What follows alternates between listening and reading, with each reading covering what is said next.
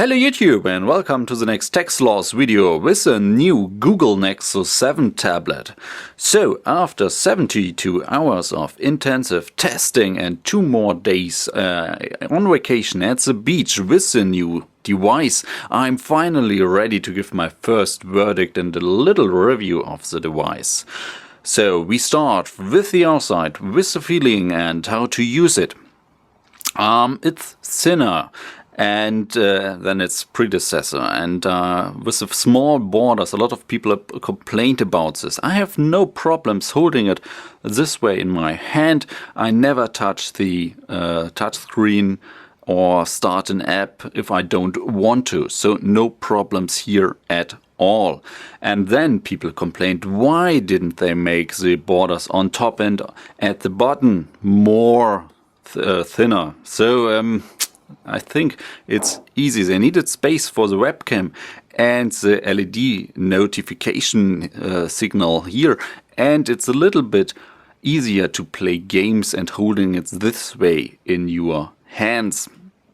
Overall, I really like it. I have no problems with this device here, with the borders or so what. I have really no idea why people should complain about this. It's really nice to hold, and with the rubber feeling backside, it's called soft touch, but it's still polycarbonate plastic.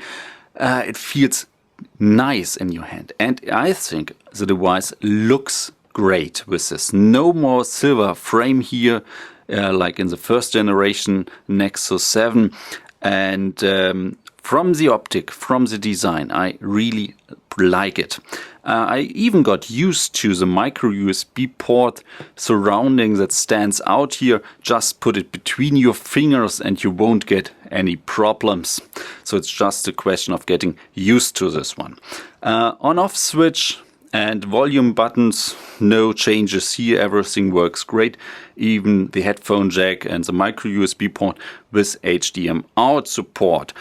Speakers are on the side of the device, on the back side of the device, and they sound good. Not great, but okay. Let me show you. I just take an intro of a video here, put volume on maximum, and then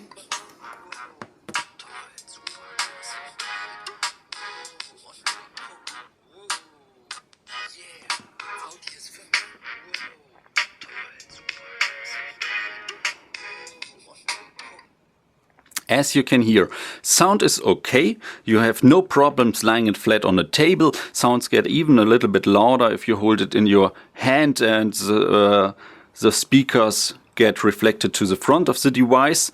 But it could be louder. The speakers could definitely be more loud. You won't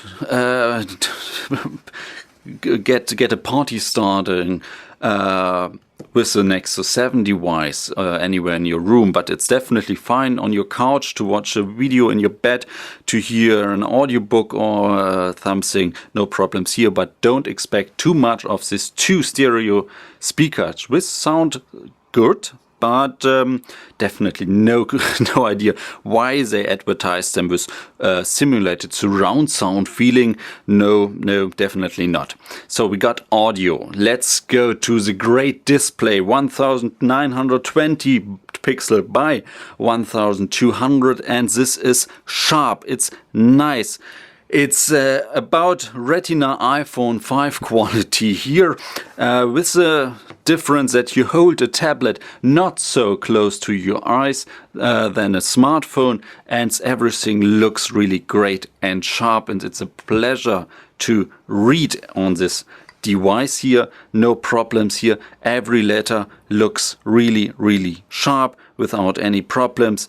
If it's the Scope app, if it's Kindle app or whatever you read, even an ordinary website, definitely you won't recognize a pixel, and it's a real pleasure. Colors are also okay, and the viewing angle is, in my opinion, is definitely fine for 1 or 2 people looking at the device.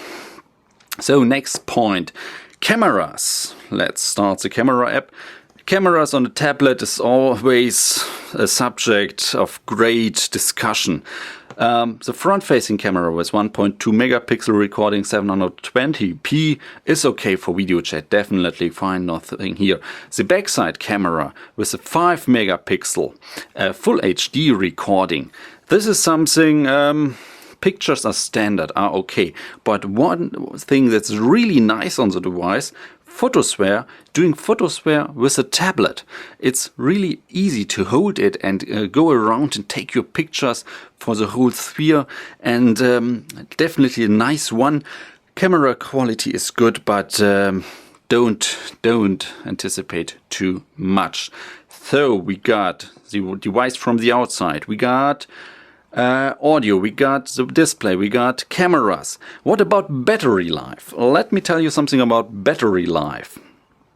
I get out of it under normal usage, so surfing a lot, display brightness to auto, which is a great feature, which works really nice on the device. Watching it videos, playing a little bit of games, reading a lot of pages here, and so playing music, doing the standard stuff. So an average usage experience here. You need for 3 hours, you will lose 40% of battery. So for 6 hours, you will lose 80% of battery. Then you got 20% left, so you get another 1.5 hours out of it. So this will get you about 7.5 hours out of the Nexus 7 under real life conditions. Of course, if you set brightness to full and only play videos or only do hardcore gaming on the device, then you will get below the 7.5 hours. If you set brightness to low and only read offline stuff, a book or so, or what else, and maybe even in airplane mode, you will definitely get above 10 hours out of the device easily. So overall performance, it's smooth, it runs, no problems here. Switching apps, loading big apps, no problems at all. It's really a smooth and fast device. No questions about this. Price, $229 for the 16 GB Wi-Fi version. That's a little bit more than the old Nexus 7 and definitely worth it. Get the device. I don't care and I don't know if you need 16 or 32 gigabytes here. For me, 16 gigabytes are definitely enough. Keep in mind, this is a tablet. You won't do all your videos and all your pictures with it. You don't need space for this. So 16 gigabytes should be definitely enough for all your surfing and reading and audio files. We still have to wait for the 4G LTE version here, which will be more expensive, around $349. This is always a question, should you spend that much more money if you can only also use your smartphone as a hotspot? But this is a different question. Definitely don't buy any more the new old one. If you buy an old Nexus 7 first generation for $199, I hit you. If you buy a used old Nexus 7 for, let's say, around 130, 140. This should be a fair deal. Should be okay. But then don't get your hands on the new one. Don't even look at it. Don't touch it. Don't feel it. The light feeling here it's fantastic. Under 300 grams. It's just a pleasure to hold and use this device. So still, you can still get the old one, but don't get a new old one. They are too expensive. Only $30 upgrade price here for the new ones, and you will definitely want to spend these $30. Only get an old one if it's really cheap. So this is it. Thank you guys for watching. I will do, of course, a lot of more reviews and comparison videos with the new Nexus 7 tablet. And stay tuned and see you guys in the next video. Bye!